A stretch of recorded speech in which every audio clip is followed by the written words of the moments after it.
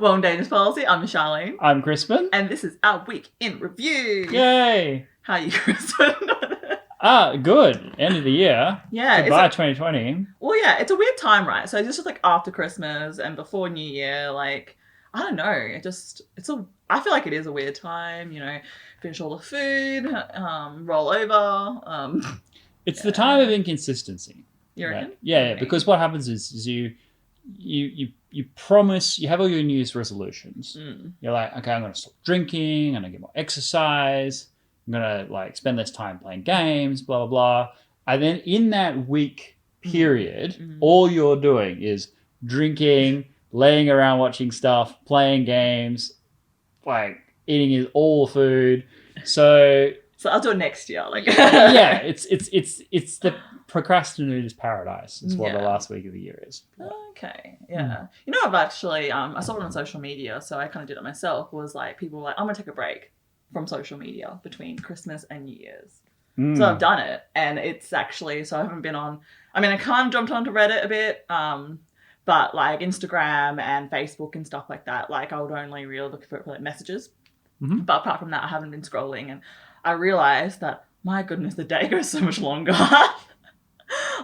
Because I saw my phone, right? I saw how many hours, and I think I spent 3 or 4 hours a day on looking at my screen. And I don't know whether that's just playing in the background and doing other things or actually actively scrolling. So I was concerned. So this week, my thing has dropped by 45%, which I'm like, yeah. And one thing that worried me, though, was Instagram have just adopted Instagram Reels. Have you heard of? I don't know. No, so just before we get on that, so you've got an app or something that monitors how much time you spend scrolling? Is that the? Yeah, well, it's on the phone. I've got an iPhone, and they just have screen time on it, and you can click it, and it will show you what apps you're using, how many hours, how many pickups you do a day on average, and then looks at the week, and then it will tell you on my Sunday. You use your phone 50% more or less or whatever for the week. Right, that's a good idea. Yeah, no, that's a good thing to try and get under control. Because my big vice is when I sleep, I tend to sleep well, but I always without fail will wake up once, right? And so I will get the phone and check the time, say, okay, how many hours do I have left? Relative to how tired I am, have I got enough sleep, blah, blah, blah. Yeah. And then because I've checked the time, I'll unlock the phone and I'll see if I've got any emails. Yeah. And then when I check my emails from overseas, then I can go on to social media and scroll and see what people have been saying. And then the rest of the night goes.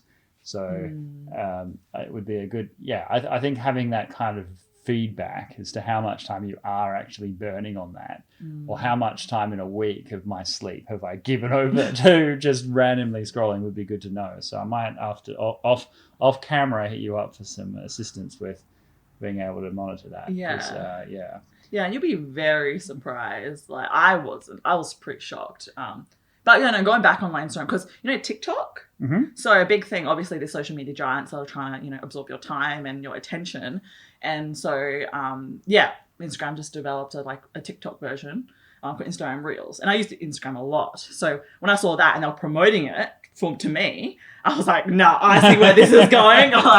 You're not controlling me. But yeah, no, it's been great. I think it's a good challenge actually. It's only a week really.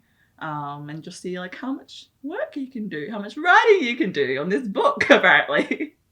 Yes, well that's the thing that everyone can hold me to by the end of this year. This year or next year? Sorry, this coming year. This coming year, yeah. 2021. I will have my manuscript for my next book finished.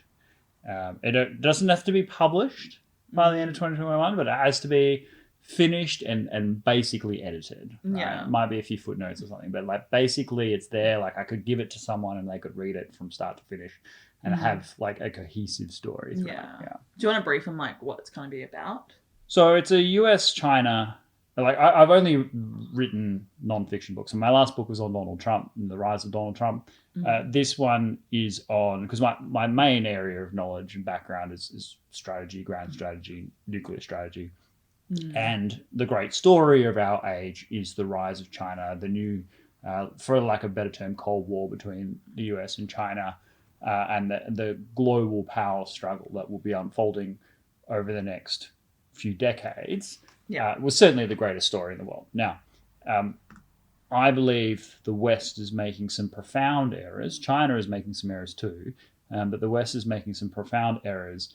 And we have to realize the real possibility that China could win in this grand strategic struggle, and that I do actually see this as a civilizational struggle, where the US could fall, essentially, to a Sinocentric world order re-established under the Chinese Communist Party.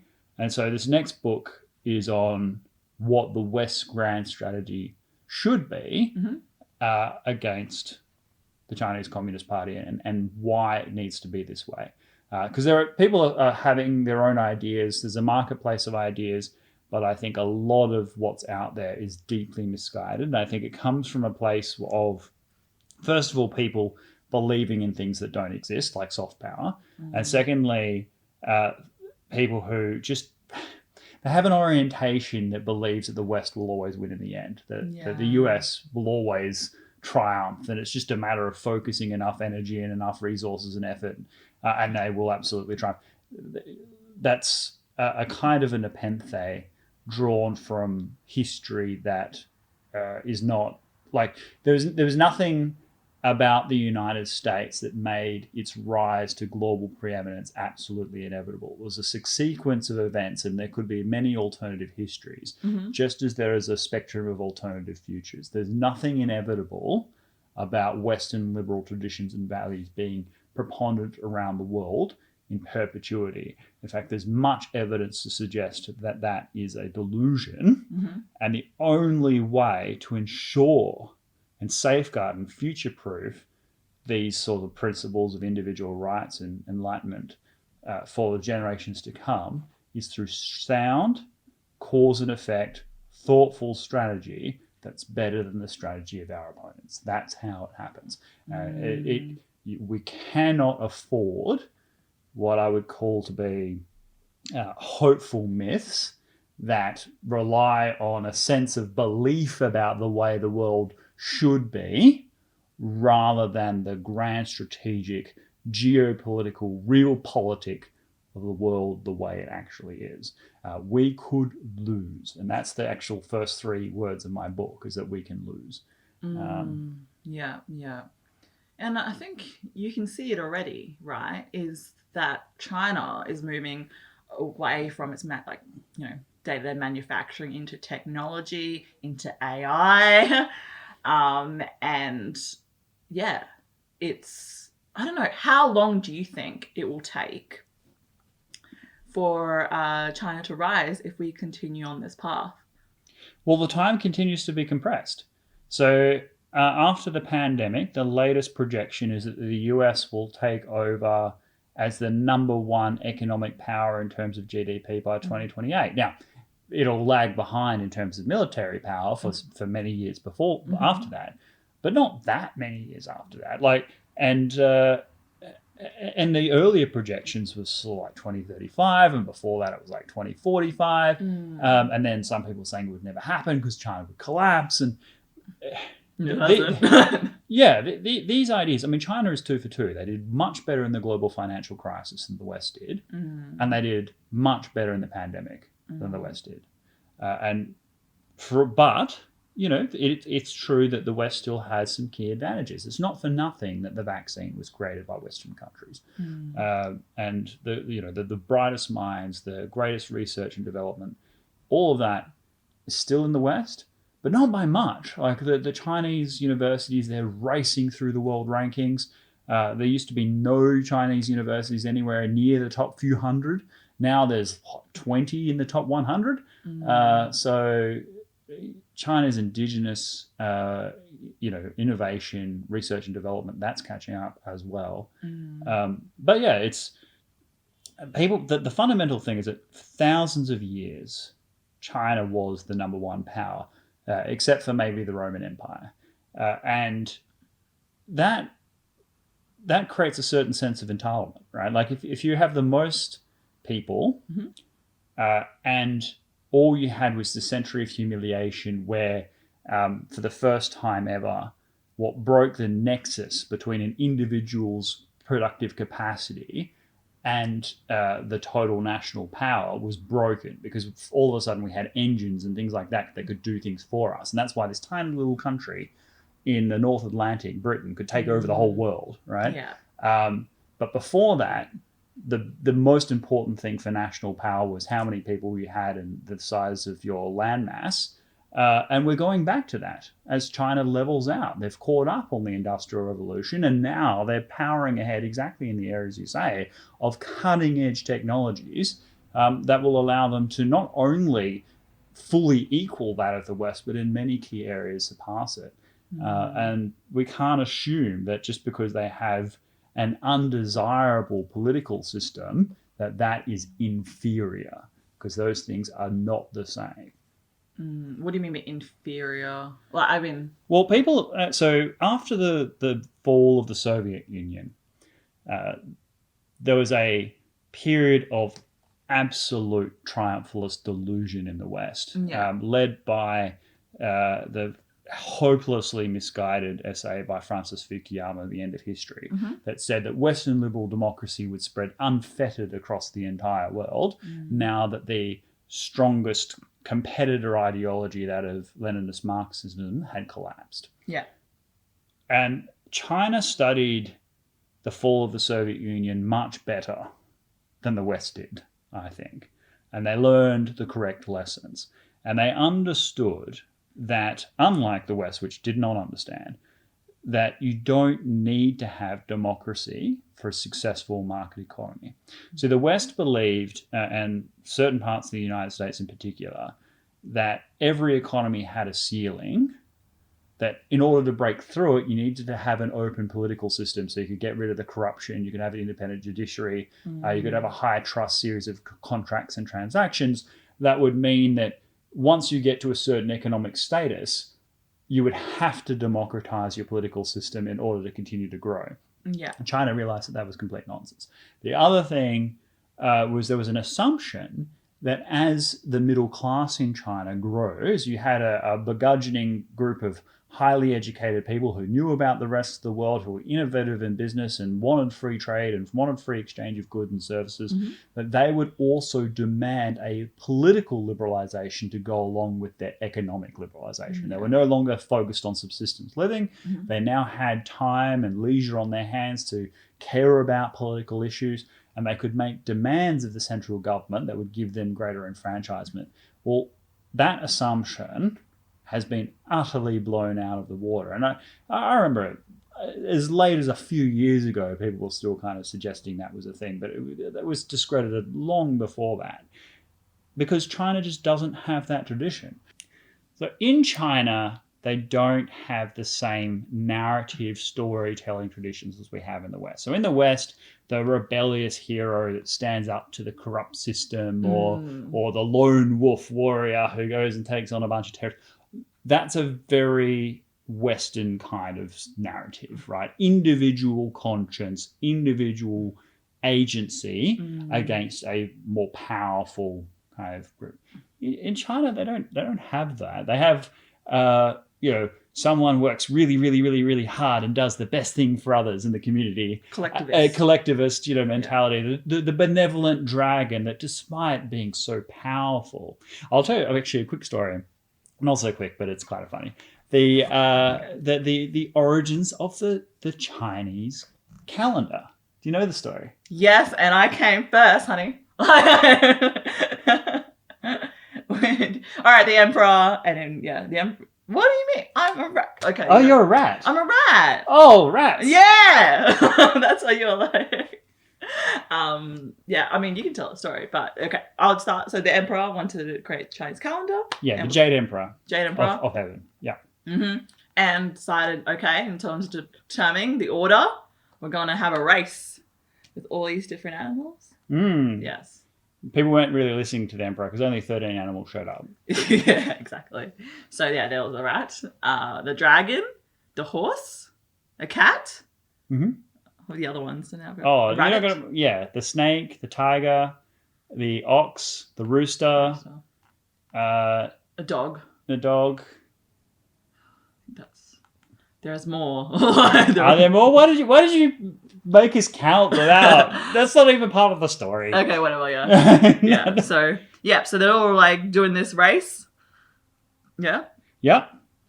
And the rat and the cat were best friends. And the rat was kind of, intelligent and mischievous and said to, look, that ox over there, he's pretty strong and he can go through like a lot of things. The river, yeah. So how about we make a deal? So they go up to the ox and they say, look, we're quite witty and we kind of understand the pitfalls and what things you need to worry about. So how about we all work together? If you let us ride on your back, we will help you navigate these various challenges. And the ox is like, oh, that's a pretty good idea. You don't weigh very much. So they all helped each other out. Yeah, and then like the rat pushes the cat over to the river. Yeah, so they go across the entirety of China. They get to the river, and then halfway across the river, as Charlene just said, the rat kicks the cat into the water. And then it races towards the finish line. Yeah, runs off the end of the nose and hits the finish line first. Yeah. And the Jade Emperor is very impressed that the rat has... This tiny little mammal has beaten all these great, powerful creatures. Yeah, I don't know how it beat out the dragon. Well, I do. So the rat comes first. The ox comes second, obviously. Yeah. The tiger, through its fierceness and strength of will, comes third. And then there's like whoever comes fourth, probably the horse. And then fifth is the dragon. And the Jade Emperor is looking at the dragon with some degree of dismay. It's like, you're a mighty dragon who can fly. How can you have come after the rat and the ox and all these other things? Well, the dragon says, oh, well, of course, I have these advantages. But then I saw this poor snake struggling, in this underbush. So I had to dig it out so it could escape. There was a torrent in this river that was going to wash the ox away. So I needed to breathe firmly to push the thing in the other direction. So in other words, the dragon stopped to help all the other animals along the way through its mighty power and thus sacrificed its opportunity to come first. Instead comes fifth. Now, this is allegorical for the great imperial family of China, where the emperor, of course, has all of these tremendous advantages, but gives everything to the lesser people, and thus is not going to put themselves first. They've got to put their people first, and therefore maintain the mandate of heaven, allowing them to rule. So it's, of course, an allegory of the justifying the Confucian imperial tradition. God, I'm so selfish. I'm like, okay, first. Well, rats are respected in China. It's not like the West where they're just considered vermin. In China, they are considered to be quite amazing creatures, and so it's good to be a rat in China. Oh, monkey. That was one we forgot. Yeah, monkey. Great story, great narrative, not really individualistic. Yeah, definitely not. But as I mentioned, 13 animals showed up. There's only 12 spots on the Zodiac. So who came 13th? Was it the cat? Yes. The cat? Yeah, the cat showed up wet and angry. And the Jade Emperor was like, oh, sorry, you missed out. And that's why to this day, the cats and the rats are mortal enemies. It's all right. They called the lucky cat now. I had like a... you see them in front of restaurants. I don't know. Cats have conquered the internet, so... That's true. So they moved to the Western culture, and that's where it's getting loved. Yeah, absolutely. Okay. Enough about China and stories. So this year has been a big year. And I was just, looking online and be like, what actually happened in 2020? Because in my head, this is what happened. January, February, March, blank. October, November, December. And yeah, I just want to kind of go down the list of things that happened in this year and just go down some memory lane. All right. By the way, Crispin got me a Christmas present.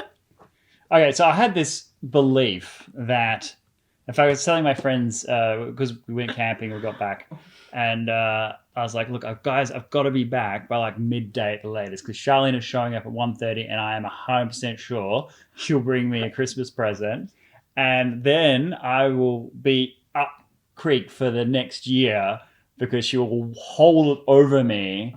Like no tomorrow for not giving her something in return. So I needed to get back in time so I could get a present like before she showed up. So we all raced back for that singular purpose. And I managed to find, it says a Byzantine diary. It's Byzantium is one of my great historical loves. It's got the Byzantine purple. Can't really see it in that actual image. It looks more red there. But, anyway. Yeah, so yeah, he got me a present. I'm like, damn it, I did think about it, but I was like, nah, like he won't get me anything. So I'm right. Lump of coal next year. That's right. No. So you know how there's like random days throughout the year? So this is my plan. It's just to pick a random day in the year and I'll just be like, happy X day. So it'll be like happy horizontal stripes day and get you something. So yeah, it'll come, who knows when, to make up for this. But anyway, so a lot of things happened in 2020, and I just want to go down memory lane to see, what happened. That isn't to do with the virus. Mm-hmm. Bushfires. Australia had a significant bushfire in December of last year, going to January. Yeah, we had massive fires, but the thing about in the foreign press, it was like the entire country was on fire. Yeah, right? No, it wasn't. Sorry. It wasn't. It was localized to certain places. And I went overseas for a poker tournament. I was actually one of the lucky people to have gone overseas last year before the thing hit, in January of last year. And I was seeing these other poker players. I went for a poker tournament. And the poker players were like, oh, yeah, we're going to go to the Aussie Millions, which is in Melbourne. But we were worried about the bushfires. And I was just like... Melbourne is a long way from those bushfires, right? Yeah. So, well, there was that Twitter post that went viral, and it made it look like entire Australia was burning, but it really wasn't. And the before and after picture, it's basically summer and winter, right? But as opposed to bushfire and no bushfire. But a lot of houses were burned down, and it was a devastating experience for a lot of families. For many people, yeah, and the koalas. I mean, they're koalas. But yeah, and to think about those families have lost their home, and then obviously with I don't want to talk about the virus, but it's like we're still recovering from that. But bushfires happen a lot in Australia. Yearly. Yeah, every year. We have very, very hot summers and a lot of long grass and a lot of dead wood. It's just a matter of whether or not we have the appropriate management mechanisms in place, and if as long as we manage to conserve our climate, let's say, then we should be able to manage it. But it's a well-known thing. Australia has bushfires. Yeah, quite a lot. Here's a fun one. Meghan Markle and Prince Harry left the royal family. Oh well. I still remember that quip from Trump. What? When he was asked what he thought of Meghan Markle. Yeah. And he said, because you played the clip on one of our videos, he's like, oh, I'm not a fan of hers. She may have heard that. And for Harry, I wish him the very best of luck because he's going to need it. She does look like she walks all over him. Oh, absolutely. But it's kind of weird how there's a lot of support. I mean, I can kind of say other side, right? It's like, but she wasn't born in the royal family. So she went in and then took a royal out. I don't know. Yeah, it's always bad news when an American divorcee marries a British royal. We saw that with Jessica Simpson and the former king. And then we see that with Meghan Markle and Prince Harry. It's not Jessica Simpson. It's somebody else. Jessica Simpson is like... God. It's not. I'm pretty sure it's not. Am I wrong? No, you might be right. Jessica Simpson is some white person that I don't know. You got me paranoid now. Anyway, so You can cut it out if. Yeah. So say that. Yeah. So, yeah, but Meghan Markle, she signed up to be part of the royal family, and she didn't obey by those norms. Like, the royal family in the UK isn't famous and made, a household name by virtue of their individual talents, right? They're made famous because of their representation of the British monarchy and the continuity of British life. And thus, if you join the royal family, you are not just joining that individual or even that family, you're joining that institution. And so to divorce yourself from the royal family without actually leaving the individual is to divorce yourself from the British public. How do they make money? Do they just taxpayers kind of help the royal family, and then the royal family go out? And I have no idea. What, by the good graces of the British public? I mean, the sovereign owns sovereign. It's kind of strange. Technically speaking, Queen Elizabeth kind of owns all of the UK, right? But of course, there are conventions, Magna Carta, private property, the conventions of Parliament that have mitigated that. But the sovereign has enormous personal wealth and constitutional power.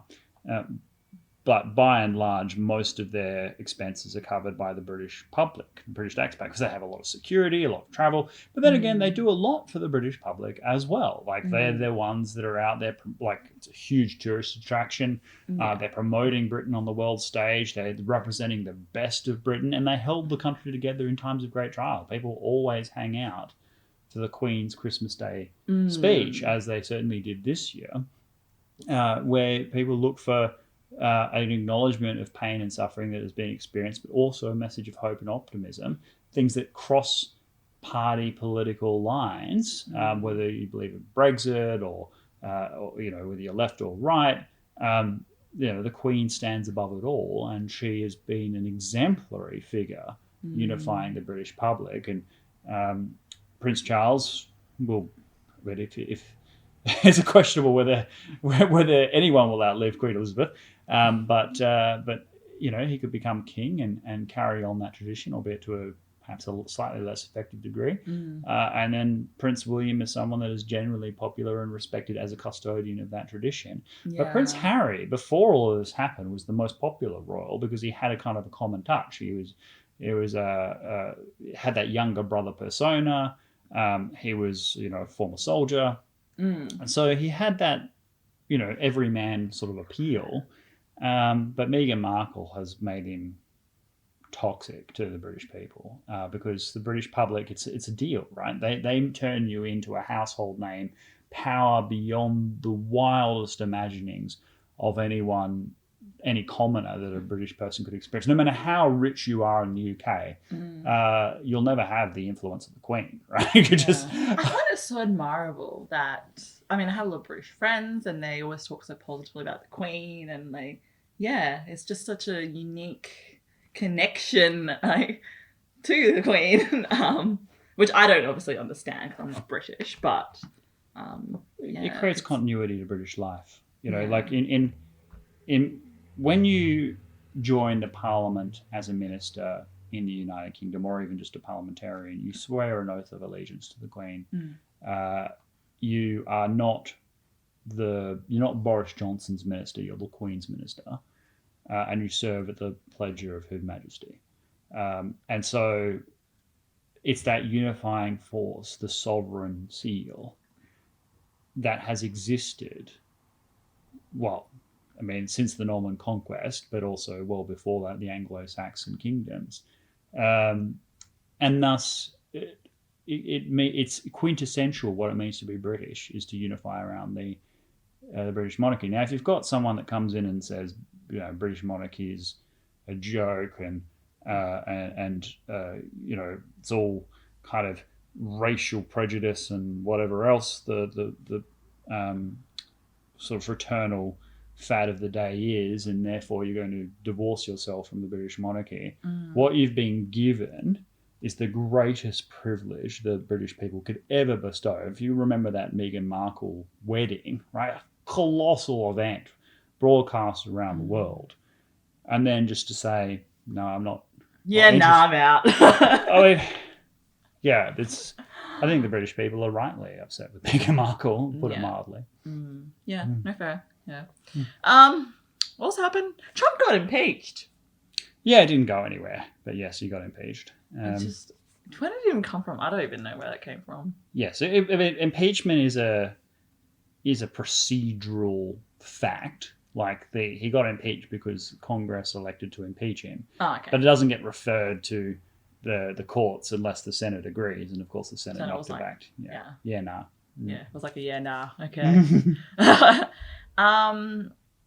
Big part, I think, a significant amount, was the Black Lives Matter protest that happened. Yeah, I think, I don't know what it is. Perhaps I guess it's just a snowballing effect of, with COVID and just racial discrimination. It's just, this story I think resonated with a lot of people. There's a lot that could be said about it. So first of all, Black Lives Matter has a history. So I was in New York years ago when the first Black Lives Matter protest broke out. There was a man who had been strangled by police in Manhattan for selling cigarettes on the street, right? Accidental death and so on. I still think that the police involved hadn't been prosecuted. Now, the protests at the time, which were completely peaceful and took up 100,000 people down the streets of Manhattan, perhaps closer to 1 million, they were about something very specific. They were about the idea that there was a perception, real or imagined, that law enforcement could kill people of colour without the same repercussions as if they'd killed a white person. So there was an idea that, look, if they kill a white person, there's an investigation, there's all these different interest groups, people going over and over what happened and what alternatives were and what lessons can be derived and blah, blah, blah, blah, blah, and holding people who are genuinely culpable accountable. Yeah. Whereas there was a perception that would never happen when it comes to black people, as evidenced by the fact that to this day, I think that police officer was never prosecuted. Yeah. So that created a big wave of sympathy, and change was implemented as a consequence of those protests. Now, when George Floyd was killed, visually on the cameras, it looks identical. He's strangled effectively, like the guy kneeling on his neck, and he's saying exactly the same thing, "I can't breathe," right? It was the same quote as the first protest. Now, the problem with these protests, there's two big problems. The first is that it's not about the same thing. The system actually worked in this case. The police officer involved was prosecuted, right? The entire police departments around the world, including certainly in Minnesota, were revulsed by what had happened to George Floyd, right? There was no one coming out defending this action as legitimate police action, okay? Yeah. And thus, what was the protest for? Because it was clearly originally about the perception that if it was a white person, there would be justice, but there wasn't, right? Whereas in this case, it was a black person and there was justice, okay? So yes, it was a terrible thing that happened, but the system worked. The culture rallied around the law in terms of prosecuting the offender, okay? I think people are mad about it just happened in the first place. And because it was just so visual, like to see a black man, being like, "I can't breathe," and well, that brings me to the second problem. So, I don't know. It's still ingrained in my mind. I kind of regret watching the video, to be honest. Yeah, look, it was a terrible thing that happened. Like, nobody is on that guy's side, right? But the problem with the second problem is that BLM isn't just a movement; it's also an organization. There's capital B, capital L, capital M. And some of the things that organization believes is totally repugnant. And also on top of that, it was there was a grotesque excuse given and enabled by the media and many politicians for breaching rules that applied to everybody exclusively for protesting Black Lives Matter. So you had these huge lockdowns across the United States, across the rest of the world, including in Australia, where you had all this social distancing. You weren't supposed to gather in groups unless you happened to be protesting a particular murder that happened in Minnesota by a repugnant police officer. Then the disease doesn't spread at all, right? In which case you're encouraged to go out and protest. Now, one of the greatest gaslightings that had happened in Australian history was when the media was cheering the protests in Melbourne, and I don't know how or why it happened, but we had a massive outbreak at exactly the same time across Victoria that led to months of repressive lockdown. I mean, it was just outrageous. So I think that the BLM thing, which I think has been a wave that has almost stopped now, has been as a consequence of pushing back against the social restrictions, and that there was all of a sudden an opportunity to go out and revel in the street. And not only that, there seemed to be a certain degree of social permissiveness that allowed for that. So people kind of had a bandwagon effect. So on the plus side, on the most generous side, you had people from the previous protests seeing another person die, seeing the same words be used, and assume the same problem is happening, not really thinking through, the idea that actually the original protests were about equal justice before the law, which was applied, right? And then there's a group of people that see it as a political agenda to push a particular, intersectional ideology, the capital B, capital L, capital M, Black Lives Matter organization that's pushing a particular view. And then you have people who just saw it as an opportunity to get rid of these lockdown restrictions and go and live life again.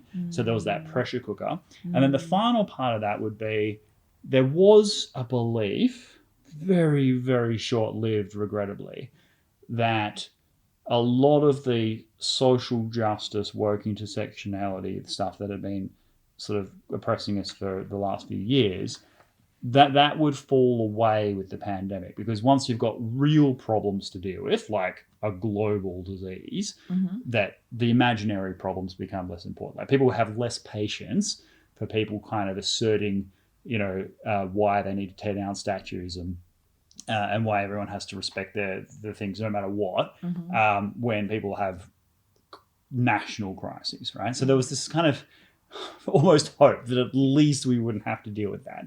And for a while there, that was true. Like that all the kind of identity politics stuff went off the radar for a good few months, and then came back with a vengeance with the Black Lives Matter movement. So Black Lives Matter, brought back everyone taking the knee and all of that sort of stuff. Things that we might have actually gotten away from, but we regrettably didn't. Interesting. Yeah, it's not really, I haven't really heard much actually of the aftermath of Black Lives Matter. I'll be interested to know where it continues on from here and see if 2021, if it does come up again, perhaps, because it doesn't seem like, racism is throughout our, it's a problem that everyone experiences. That's the other problem. Like, do we know that what happened to George Floyd was racist? Yeah, that's the thing. I don't know.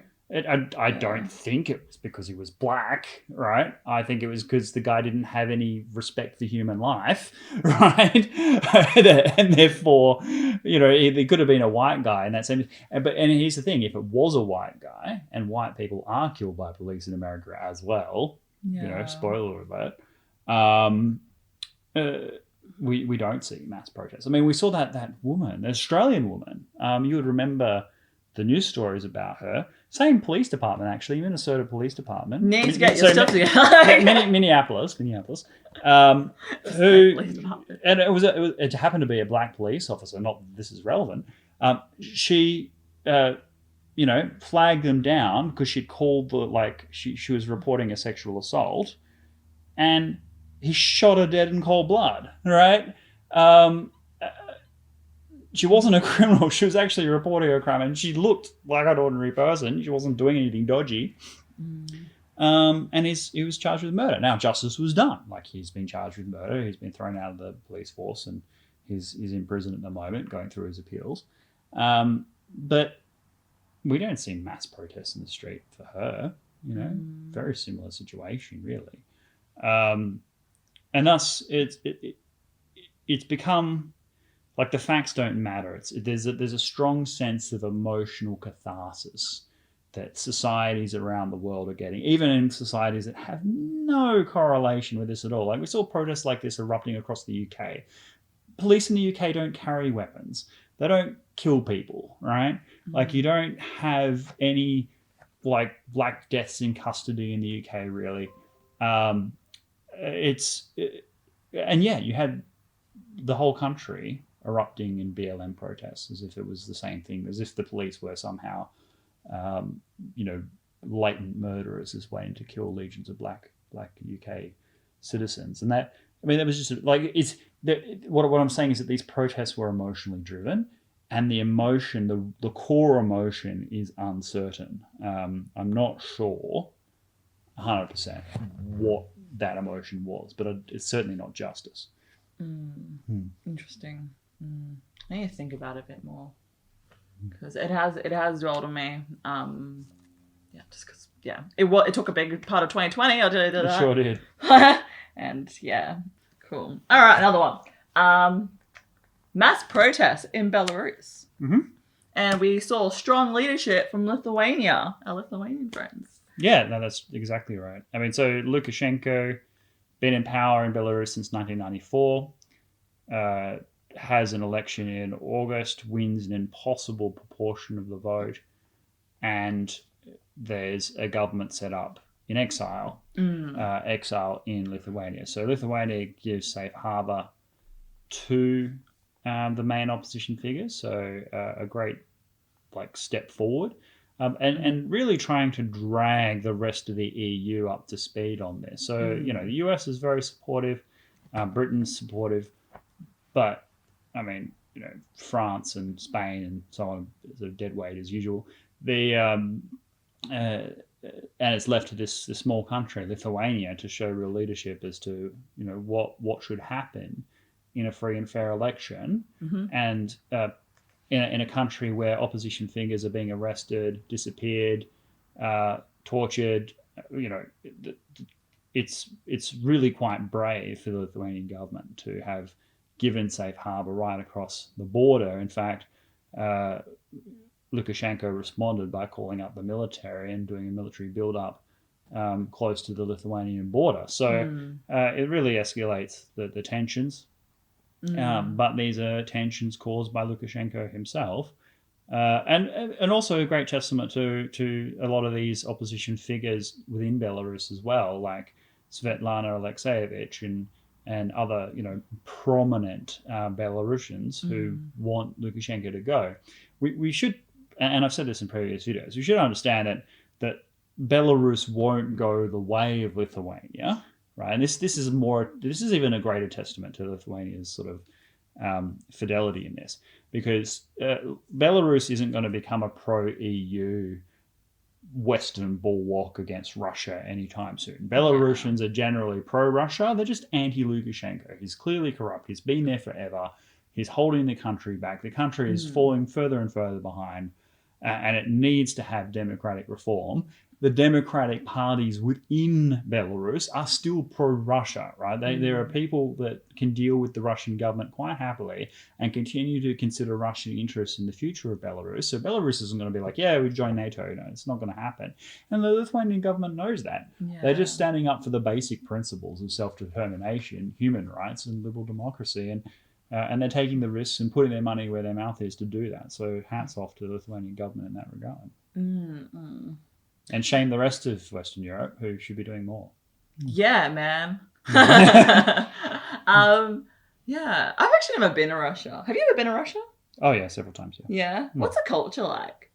in Russia? Well, that's a very broad question. I mean, yeah, It's a broad question. well, because of course, Russia. I mean, Russia is a great custodian of the human soul, right? Like that. It's not for nothing that Dostoevsky and Tolstoy and Pushkin and Lermontov and all these great literary thinkers have come out of Russia. And then you've got some amazing music, Rachmaninoff, Tchaikovsky, things that you just, Shostakovich, things that you just can't sit down and make up, right? There's a certain suffering from the Russian experience, a deep pathos and depression that really comes out, that explores the psychology and depth of the human soul that the Russians experience.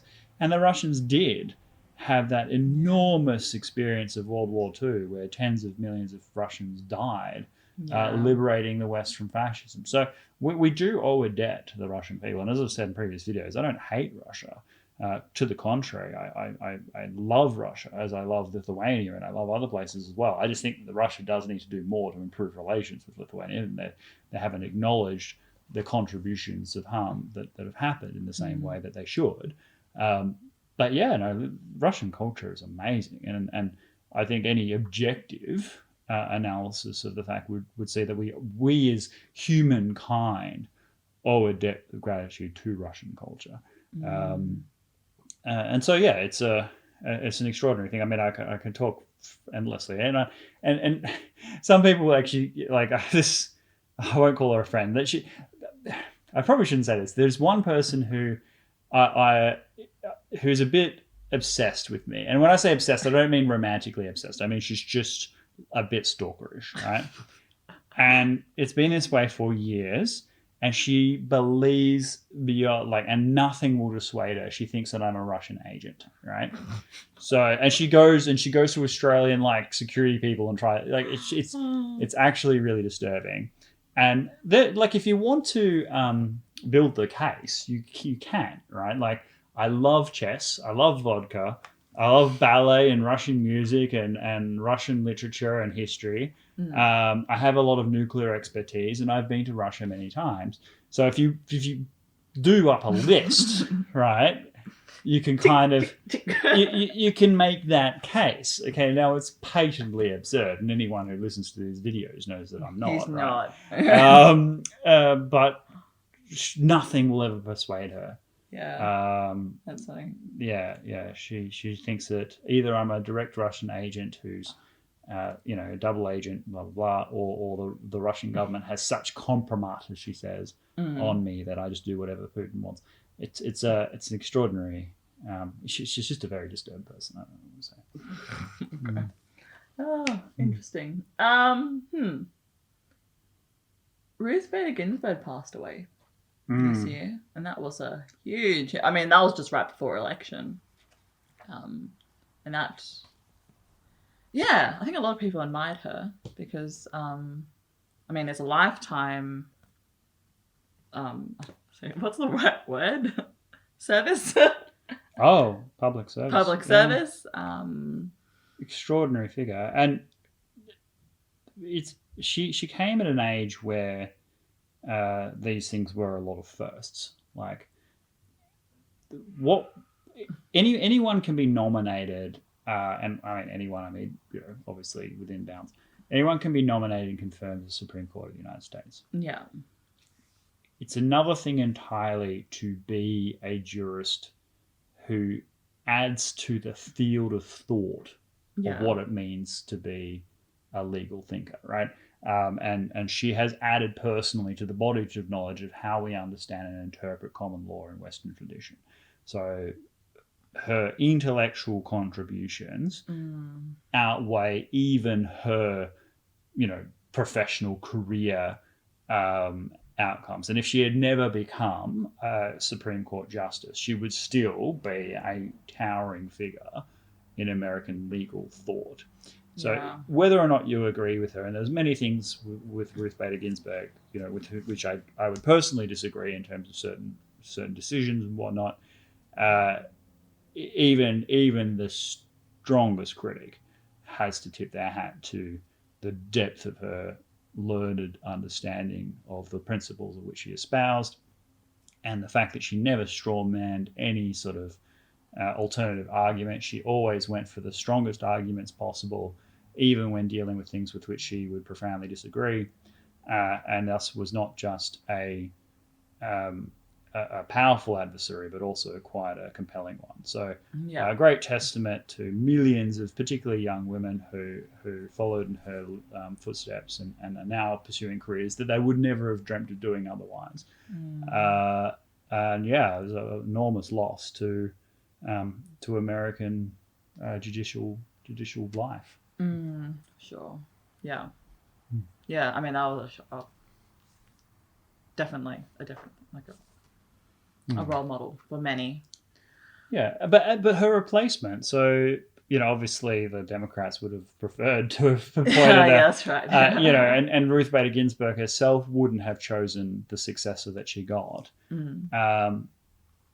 But it's not like the institution itself has been denigrated by the replacement. I mean, clearly, it's in good hands now in terms of judicial thought. Even with the 6-3 balance of Republicans, Democrats, the people on the bench are excellent. For sure. I think Amy Coney Barrett is a good fit. I'm glad that I mean, Trump had already nominated a few more, but we'll see. We'll see what happens. How it goes for next year. Just be careful with that. Oh, yeah, I'm feeling... She's a fidgeter. I can't. I need to jump up and do some start jumps. Okay. What else is there? Okay, let's just more positive stuff. Let's do a show and end positive. So, normalize relations between Israel and Bahrain, Israel and the UAE, and Serbia and Kosovo signed a peace agreement. Yeah. That's incredible. Oh, and more recently, Morocco as well. Which is probably the most profound of the countries listed, has started to normalize relations with Israel. Sudan. This is untenable, or unthinkable, I should say, in years past. I mean, John Kerry, former US Secretary of State, has a very embarrassing thing on television from 2016, not very long ago, like last year of the Obama administration, saying no Islamic country will ever recognize Israel outside of a Palestinian settlement. He goes on about this for a good 15 minutes, right?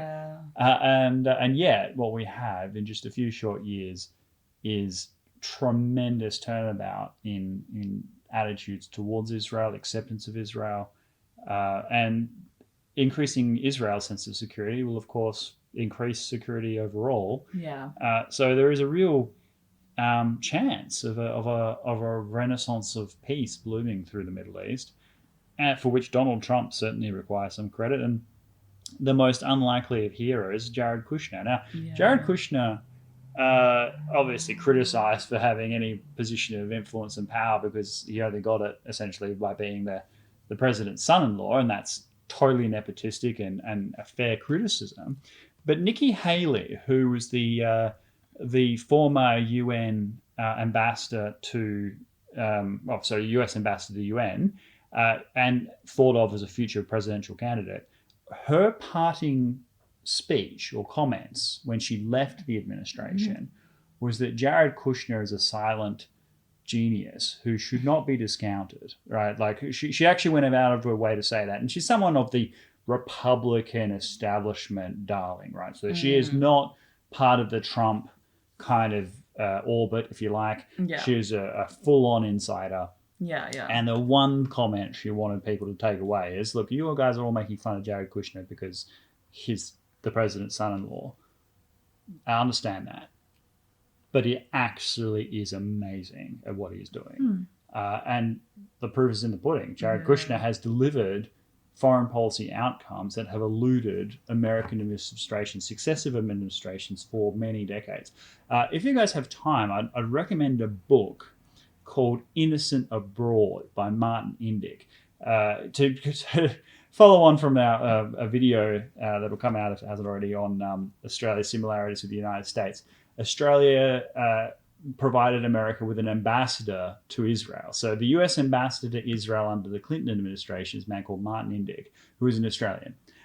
He has obviously American citizenship as well, but he's fundamentally Australian, was educated in Australia.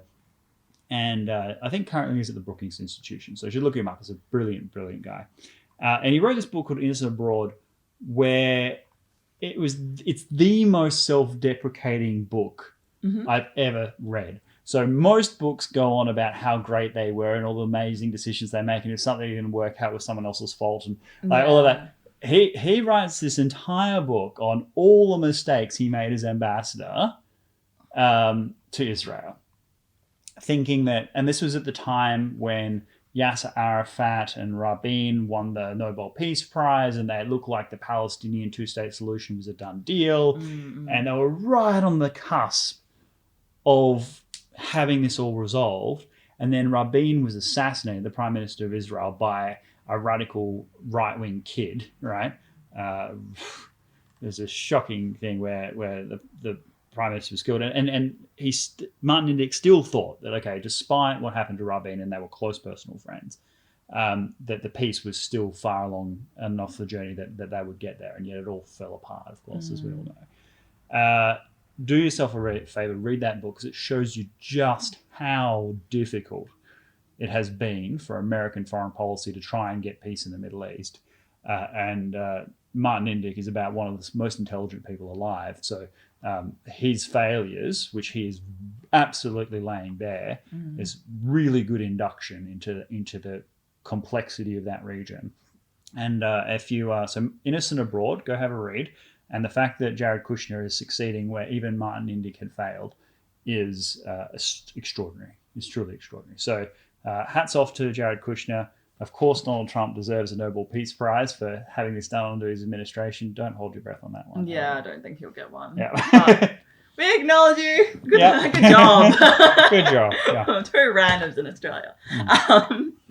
Yeah. I mean, there's a bunch of other ones, but just conscious of time. Let's just do like reflections generally in 2020. Yeah. So what's something you want to leave behind in 2020 and something you want to bring into 2021? I want to leave behind. So, as everyone knows, one of the most profound things that happened in my year recently was leaving the job I was in. Yeah, it was actually on my list. I just like, I could have brought this down as a significant event 2020. Right. For good reasons and for essential reasons. But it also made me realize that I have departed significantly from my field of knowledge and expertise, because that role, although I loved it and would have kept doing it, isn't my greatest contribution, if you like. And I think I have to stop being in roles that distract me. And roles, I mean, in the broader sense. So not just work, but in other kind of roles that I have that distract me from the biggest contribution that I can make. What I want to take into 2021, is this like, so to clarify your question, is this something that happened in 2020 that I want to take with me, or is it something? Yeah, so something you can learn in 2020 and you're going to bring into 2021. Oh, dangerous policy, easy. Like, oh no, I'm serious. It has been. I think we're getting. Obviously, there's a lot of upheaval and we're a bit haphazard when videos release and all that sort of stuff. But if we think about the journey of where we started to where we are now, I think that we are really giving people a lot more value than when we began, and that the community that we've created is something that is of intrinsic value, and so I definitely want to carry this into the future. And Charlene is way more strict than I am, and for good reason. Like, she's right and I'm wrong. That we need to be rigid about the times that things are released, and much more like regimented when it comes to our schedules and timings for things. And so we are doing that, and we're in the process of putting those structures in place so people can see dangerous policy not just as us talking, but actually a brand that people can rely on and rely on the quality and rely on the value. And that was the original vision, and Charlene is helping that become a reality. So yeah, I want to take that into 2021. Nice. Yeah. Nice. Yeah, for sure. Definitely dangerous policy. Leaving behind in 2020 for me, like anxiety and negativity, I feel that was definitely promoted a lot. So like, I found myself in a cycle, and also social media use. Like I was in a cycle where, you know, the lockdowns kind of happened and restrictions, and I would just be consistently on my phone checking updates, and it was just consistent cycle of negativity and nervousness. I think it's better in Australia just because we're more open now, but I definitely want to leave that behind in 2020. And then bringing into 2021, I've been really good in my exercise, like really good in terms of like going to the gym more. So I want to be more active. I want to bring that my value for health, because I've really realized that, you know, as a student, you kind of put that to the side and go to the computer and type and have poor back problems. I mean, it's kind of ironic because I studied health, right? And one of the key factors to poor health is university, just to the lifestyle. But since finishing, I'm like, oh, I have all this time, so I go to the gym more and exercise. It's been really great, and I would definitely want to bring that into and have like a proper routine. I don't know, yeah, definitely routines and systems will be great in 2021. Oh, I agree. So Charlene, as most of you know, had me on this keto thing for a while, and I lost a ton of weight really, really quickly. In fact, I felt a bit sick at how fast I was losing weight. And then, so I stopped after, I don't know, 6 weeks, something like that. So it wasn't long. It was just that a lot of weight would drop in that time. Yeah. And I've put basically all of it back. But I there was, unlike when before the diet, weights were part of that journey of getting back. So I feel like I've got a lot more muscle mass than I had before. I don't feel like I felt at the same time that I was this weight last time. So a lot of that is muscle. But nevertheless, I also think a small proportion of that, maybe a little larger than I want to admit, is just weight gain. So I think I will get back under the whip and... drinking. That's well, I mean, alcohol. There's so many calories in alcohol, and you know how it's processed in your body. So much in gin. Like it's just so much. Like, and it takes like 24 hours for your liver to process. It goes through your bloodstream. Your metabolism just like goes down, so you're not losing any fat as you're not excreting any kilojoules. Look, it is a journey, and I think the alcohol. So speaking of alcohol. Something I learned the other night when I was thinking of I was researching something else. So per capita, Australia has slipped to 19th in the world for alcohol consumption. Oh yeah, who's first? I think it's Belarus. Okay. But number 3 is Lithuania. So I think just off the top of my head, it's for pure alcohol per person, I think it's per adult, is 15.5 litres of pure alcohol per person per year in Lithuania. And in Australia, it's 12.2. Oh, wow. So I feel like a lot of people in Australia are letting the side down. Oh, yeah, excuse me. And Lithuania is doing something right. More or less reason you need to move there. Pie it up in Lithuania. Oh, yeah. Look, we'll see. Well, but we'll do a video on this because it's really interesting to understand patterns of alcohol consumption. You might be something you're interested in joining as well because it'd be good to understand what people are drinking in different countries. I'm gonna break down. I can even talk about like how alcohol is processed, just generically, to make you feel better about yourself. Well, yes, more educated, understanding. Like, that's true. Your liver is the best thing that's ever happened to you. Cool. All right, that's all the time we have for today. Before we got to ramble. Hope you guys have a very safe New Year's. I hope this will come out New Year's Eve. Hey, that's tomorrow. Yeah, it's coming out tomorrow. All right, cool. Tomorrow, which is today, what this video is. Have a safe, very New Year's Eve. We'll see you next year. In 2021, we hope for our Lithuanian friends, fingers crossed, we will make a trip up there once things open up, and actually meet with the people that have been watching this show. I know we have Lithuanian friends who live in other countries as well, like friends living everywhere from Korea to the United States. Yeah. And maybe there'll be a bit of a homecoming. But yeah, really looking forward to that. And we'll see you next year. Yeah.